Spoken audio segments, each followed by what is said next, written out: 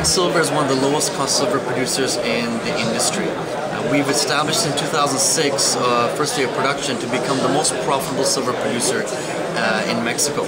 And we've actually done it this year quite well. We've achieved record revenues, earnings, and production for the 6 months of June 2011. And when you compare it to the full year of fiscal 2010, we've pretty much outpaced what we're going to do for 2011. Impact Silver Corp just released results regarding to the Oscar vein, which were very good. How big is the chance that the Oscar vein is connected with the Santa Lucia corridor, and what does it mean? Yes, I'm very glad you asked that question. The Oscar project is one of our most exciting projects in the GCC sector. It's actually very near to our 500 ton per day processing plant, and what we've done is that we've discovered some very high grade results. Just to mention a couple, we had a drill intercept that has 6,000 grams per ton over 0.3 meters, and we also had another intercept 300 grams per ton over 30 meters. What this means is that there's very high grade silver, very wide widths, and the mineralization it continues in that area.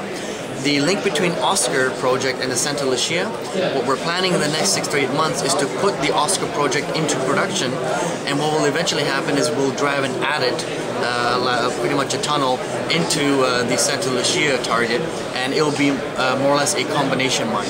So we will see our 4th mine going to production in the next 6 to 8 months, which will feed our main 500 ton per day central processing plant.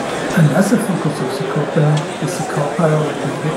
Is the project in the time frame for commissioning until early 2012? Well, the Kapiri open pit, we're just waiting for the final permits right now.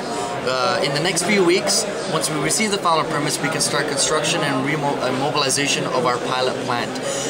It was always been scheduled for the first quarter of 2012. The final permits were also scheduled for the latter part of 2011.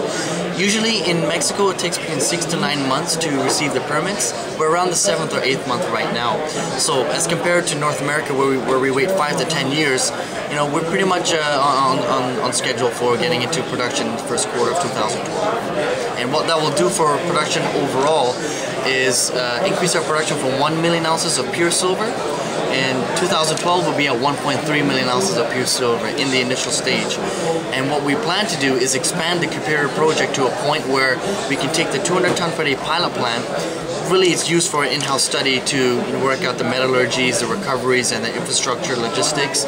Where in 2014, we could then look at a 1,500 ton per day plant, and it could fully operate by itself with multiple mines and operate at 1 million ounces per year. So Kapiri will double your production. What is the whole production in 2014? We're looking at around 1.6, 1.7 million ounces of pure silver in 2014, because by that time we'll have the pilot plant ready and done with, and we can start production, or we can start construction of our 1,500 ton per day plant by that time.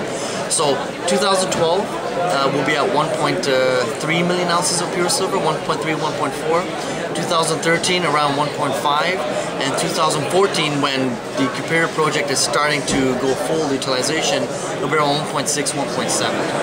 Yes, and how long is the life of mine for the Kapiri project? Right now, this Aquapan project has a mine life of around 7 years. So when then Kapiri is depleted, can the mine life be expanded with exploration in the field? Oh, of course, yeah. I mean, this year for 2011, we completed 23,000 meters of drilling total for all our properties, and we'll probably look at expanding that next year. We have another, for example, the Oscar mine will go into production in the next 6 to 8 months. That will increase the throughput of our main plant and increase the mine life as well. So based on our current mines that are in production right now, we have around 7 to 8 years. But when we do put the Oscar mine project into production, that'll extend the mine life of that. And that doesn't include other targets that we have lined up for production as well. We simply have to go in there, drill, extend the mineralization, and put it into production.